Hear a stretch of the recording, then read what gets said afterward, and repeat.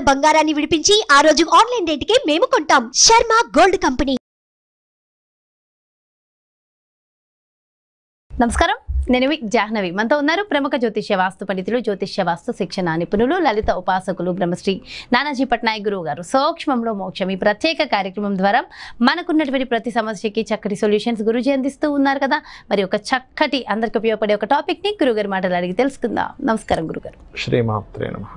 అయితే గురుగారు, రీసెంట్గా నాకు తెలిసిన వాళ్ళు ఒక ప్రశ్న అడిగారు. నాకు తెలిసి ఇది దాదాపు ప్రతి ఒక్కళ్ళ జీవితాల్లో జరిగిన అంశమే. అదేంటి అంటే ఆ అమ్మాయికి ఏమైందంటే అంటే బాగా ఇష్టమైన ఒక పర్సన్ని దగ్గర చేసినట్టే చేసి మళ్ళీ దూరం అయిపోయింది. ఓకే, లవ్ అంటే ప్రేమ అంతే.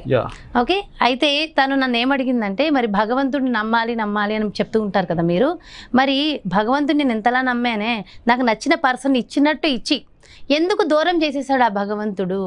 మరి నాకు ఆ యోగం ఉన్నప్పుడు నాకు ఎందుకు దూరం చేశాడు? దీనికి కారణం ఏంటి అని. సో ఇది దాదాపు ప్రతి ఒక్కరి జీవితాల్లో ఒక్కొక్క విషయము వచ్చినట్టే వస్తుంది, ఒక్కొక్క వ్యక్తి వచ్చినట్టే వస్తారు, మళ్ళీ దూరం అయిపోతారు, ఆ బాధ మిగులుతుంది. అసలు దానికి కారణం ఏంటి గురువుగారు? చెప్తానమ్మా. ఫస్ట్ ఆఫ్ ఆల్ ఏంటంటే, మనుషులనే కాదు, అంటే లవ్ అఫైర్ అనే అమ్మాయి కావచ్చు, అబ్బాయి కావచ్చు, ఒకళ్ళు ఎవరైనా లైఫ్లోకి ఎంటర్ అయినట్టు అయ్యి వాళ్ళతో ఎంతో ఆనందంగా ఉన్నట్టుండి దూరం అవుతుంటారు. అది ఒక్కొక్కసారి మనిషి రూపంలో వస్తుంది, ఒక్కొక్కసారి ఒక కెరియర్ రూపంలో వస్తుంది. జాబ్ సెలెక్ట్ అయినట్టు అయిపోవడం, లేదా ఒక బిజినెస్ బిల్డప్ అవుతున్నట్టు అయ్యి క్లియర్ అవ్వడం, అంటే పోవడం. అట్లాగా కొంతమందికి సంతానం కూడా అలా వచ్చినట్టు వచ్చి కోల్పోవడం, ఇట్లాంటివి జరుగుతుంటాయి. అప్పుడు అందరికీ మీరు అడిగినట్టుగా తలెత్తే ప్రశ్న ఇదే, మరి నాకు అది లేనప్పుడు ఎందుకు భగవంతుడు నాకు ఇట్లా చేశాడని. కానీ ఇక్కడ మనం అర్థం చేసుకోవాల్సింది ఏంటంటే, అది ఇచ్చింది భగవంతుడు కాదు, అక్కడ మరి కర్మ. నువ్వు ఈ విషయంలో ఇలా ఎంటర్ అయ్యి నువ్వు బాధపడాలని ఒక కర్మ ఉంటుంది. ఇది మనం పాస్ట్ లైఫ్లో చేసినటువంటి కర్మ ఈ రూపంలో వచ్చింది. అంటే ఉదాహరణకి ఒక వ్యక్తి, ఒక పురుషుడే అనుకోండి కాసేపు, ఒక అబ్బాయి పాస్ట్ లైఫ్లో ఒక అమ్మాయిని ఇబ్బంది పెట్టాడు. అట్లాగా బాగా ఇష్టపడుతున్నప్పుడు అమ్మాయి వచ్చి నేను ఎంత ప్రేమిస్తున్నా అంటే సరే అని అన్నాడు. దాని తర్వాత నువ్వు వద్దని చెప్పి పంపించేశాడు. సేమ్ కర్మ ఇక్కడ వస్తుంది. ఒక అమ్మాయిని ఈ అబ్బాయి ఇష్టపడ్డం, ప్రేమించాడు, పెళ్లి చేసుకుందాం అనుకునేసరికి ఆ అమ్మాయి వెళ్ళిపోతుంది. అంటే మనం ఏదైతే చేస్తామో ఆ కర్మ ఆ రకంగా కంటిన్యూ అవుతుంది, ఒకటి. రెండవది, ఇది బిజినెస్ కావచ్చు, జాబ్ విషయం కావచ్చు, మీకు మీరుగా మీ కోరిక ఇది, నాకు పలానా అమ్మాయి కావాలన్నా, అబ్బాయి కావాలని ఒక స్త్రీమూర్తి కోరుకున్నా, లేకపోతే ఒక అమ్మాయితో నాకు లవ్ అఫేర్ ఏర్పడి కావాలనుకున్నా, మీ కోరిక ఇది. మీ కోరిక వేరు, మీ కర్మలో ఉండడం వేరు, భగవంతుడు ఇవ్వడం వేరు. ఈ మూడు డిఫరెంట్ కాన్సెప్ట్స్ ఇవి. ఓకే, మనం అన్నిటికీ ఏం చేస్తామంటే, నాకు ఈ భగవంతుడు నన్ను ఎందుకు దీనికి లాక్కున్నాడు అని మనం అన్నిటినీ భగవంతుడికే మనం ఆపాదించేస్తూ ఉంటాం. అవునవునవును. సో మనం చేసే కర్మను మాత్రం మనం పట్టించుకోం. అంటే మన కర్మ బట్టి ఇది వచ్చిందా అనేటి మనం అనుకోం. ఇప్పుడు ఎగ్జాంపుల్, ఇప్పుడు చూడండి, ఏదైనా ఒక వ్యక్తి ఒకటి సాధించడం, నా గొప్పతనంతో సాధించమంటాం. అదే కనుక పోయిందనుకోండి, ఎందుకు పోయిందో, భగవంతుడు ఎందుకు తీసేసాడు, భగవంతుడు నాకు నమ్మకం పోయింది, అన్యాయం చేశాడు, ఇట్లాంటివన్నీ ఆలోచిస్తూ ఉంటారు. అయితే మరి భగవంతుడి పాత్ర ఉండదా అంటే ఉంటుంది. ఎక్కడ ఉంటుంది? ఇప్పుడు మొన్న ఒక తల్లి నన్ను అడిగింది. ఏమని అడిగిందంటే, గురుగారు, మా అమ్మాయి బాగా చదువుకుందండి, చాలా బాగా చదువుకుంది, మంచి పొజిషన్లోకి వెళ్ళింది, కానీ రోడ్డులో ఒక దగ్గరికి వెళ్ళేటప్పుడు ఒక అబ్బాయితో పరిచయం ఏర్పడింది. ఆ అబ్బాయి అసలు ఏమీ చదువుకోలేదు, ఏ పని చేయడు. పని చదువుకోలేదు కదా అని నేనేమి ఒప్పుకోవట్లేదు, అందరికీ చదువు ఉండాలని రూల్ లేదు. ఏదైనా పని చేస్తానంటే ఏ పని చేయడు. వాళ్ళ ఫ్యామిలీ బ్యాక్గ్రౌండ్ బాగుందంటే అంతా బాగాలేదు, అన్ని అలవాట్లు, మందు తాగుతాడు. సరే, మందు తాగుతాడు, నేను జాబ్ అయినా చేస్తాడు, వ్యాపారం ఏం చేస్తాడు, ఏమీ చేయడు. అట్లాంటి అబ్బాయితో మా అమ్మాయికి పరిచయం ఏర్పడింది.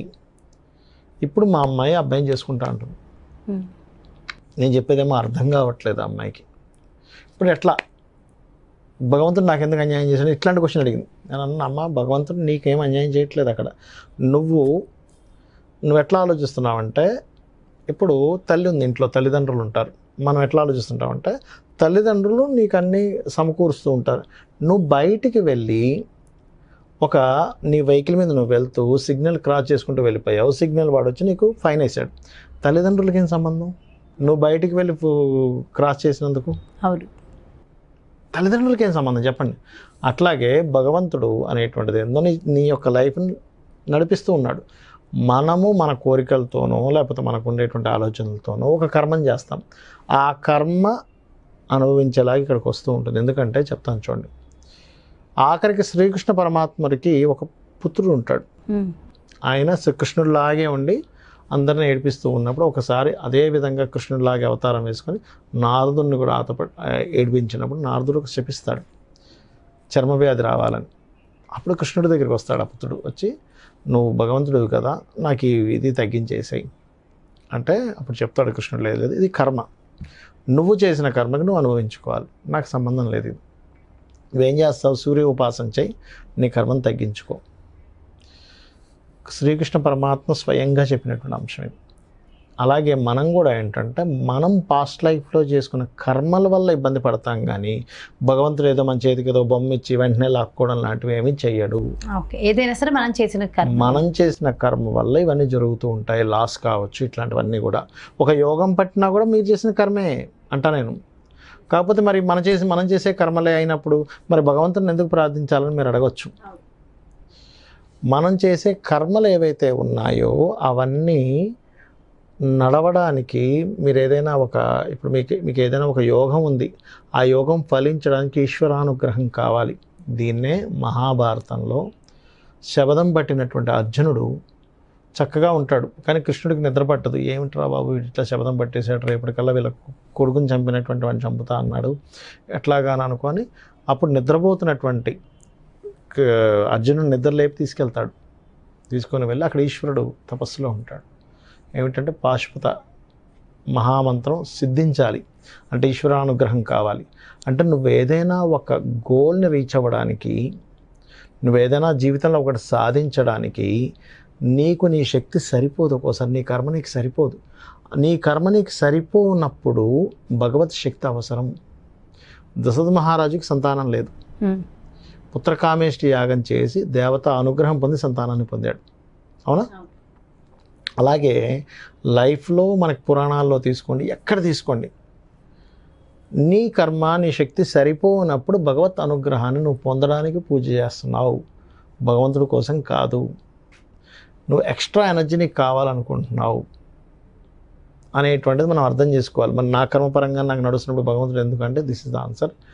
నీకు ఏ సంఘటన జరుగుతుందో నీ కర్మ వల్లే జరుగుతుంది, లేదా ఇంకోటి ఎవడైనా దాన్ని కర్మగా మార్చుకుంటున్నాడు నీకు ఇబ్బంది పెట్టి, వాడి తర్వాత అనుభవిస్తాడు. నువ్వు అనుకోవచ్చు ఏమంటే నేను ఇట్లా అంటే దీనికి ఇంకోటి ఏదో పాస్ట్ లైఫ్ కర్మ నీకు కనెక్ట్ అయి ఉంది, అక్కడ వాడికి ఇంకో కర్మ కనెక్ట్ అయి ఉంది. సో ఏదైనా సరే కర్మను బట్టి మాత్రమే కర్మను బట్టి వెళ్తుంది. కాబట్టి మన శాస్త్రం చెప్పేది ఎందుకు అంటే, బాబు నువ్వు ఈ కర్మ చేశావు కాబట్టి ఇది అనుభవిస్తున్నావు కాబట్టి ఇక్కడ నువ్వు ఎవరిని ఇబ్బంది పెట్టకు. మన సనాతన ఎంత గొప్పదంటే నువ్వు దీనివల్ల ఇది అనుభవిస్తున్నావు, ఇప్పుడు నువ్వు మళ్ళీ ఇంకోళ్ళని ఇబ్బంది పెడితే నువ్వు మళ్ళీ అనుభవిస్తావు కాబట్టి. అయితే మీరు ఇప్పుడు అన్నారు ఇందాక రెమెడీస్, మరి దేనికని రెమెడీస్ అదే చెప్తున్నా కదా, నీకు ఒక కర్మ ఉంది, రెమెడీ ద్వారా పోగొట్టుకో. రెమెడీ అంటే ఏమిటి? భగవంతుని ధ్యానించడమే కదా. వేదం మొత్తం అదే. వేదంలో ఏముంటుందంటే నీ యొక్క కర్మను తగ్గించుకోవడానికి దీన్ని ఈ ద్వారా నువ్వు చెయ్యు. అదే చీకటిలో ఉన్నప్పుడు దీపం వెలిగించినప్పుడు ఆ వెలుతురు వచ్చినట్టు, ఆ వెలుతురు వచ్చి చీకటనే కర్మలో ఉన్నావు, దీపం అనేటువంటి దేవతా స్వరూపాన్ని వెలిగించుకున్నావు, నీకు కనబడుతుంది. అలాగే ఇప్పుడు రోగం వచ్చిందమ్మా, డాక్టర్ దగ్గర ఎందుకు వెళ్ళామంటే రోగం తగ్గించుకోవడానికి. అలాగే నీ యొక్క కర్మను తగ్గించుకోవడానికి భగవంతుని ఆశ్రయిస్తున్నావు. అలా సో అంటే కర్మానుసారైన, సో కర్మను బట్టి మాత్రమే ఇవన్నీ జరుగుతూ ఉంటాయి. చాలా డీటెయిల్. అందుకే మంచి కర్మలు చేయాలి. ఎస్. కాబట్టి మనం ఎవరికి హాని చేయకూడదు, పాపం చేయకూడదు, పుణ్యం చేయాలి. పాపం అంటే పరోపకారం పుణ్యం, పరపీడనం పాపం. ఇబ్బంది పెట్టావా పాపం వస్తుంది, మంచి చేసావా పుణ్యం వస్తుంది. ఇదే సింపుల్. ఓహో, చాలా చాలా డీటెయిల్ ఎక్స్ప్లెనేషన్. అయితే రెగ్యులర్ గా చేసే పాపాలు పోవాలంటే సూర్య నమస్కారాలు, లలితా సహస్రనామాలు ప్రతి ఒక్కరు చేయాలా గురుగారు? సూర్య నమస్కారం. సూర్య నమస్కారం పర్టికులర్ గా ఒక్కొక్కసారి దేవతా శాపాలకు సంబంధించిన పాపాలు చేస్తారు. అలాంటప్పుడు పర్టికులర్గా లలితా సహస్రనామాలు ఇంకా బాగా పనిచేస్తాయి. సూర్య నమస్కారం అంటే కేవలం ఇలా నమస్కారం చేసి ఆదిత్య హృదయం చదువుకోవచ్చు, లేకపోతే ఇవి చేసుకోవచ్చు. 12 నమస్కారాలు. అందులో పర్టికులర్గా కొంతమందికి దేవతా శాపం ఉన్నప్పుడు పర్టికులర్గా చేసుకునేటువంటి మంత్రం ఏమిటి అంటే ఓం హరనేత్రాగ్ని సందగ్ధ కామ సంజీవన ఔషధి.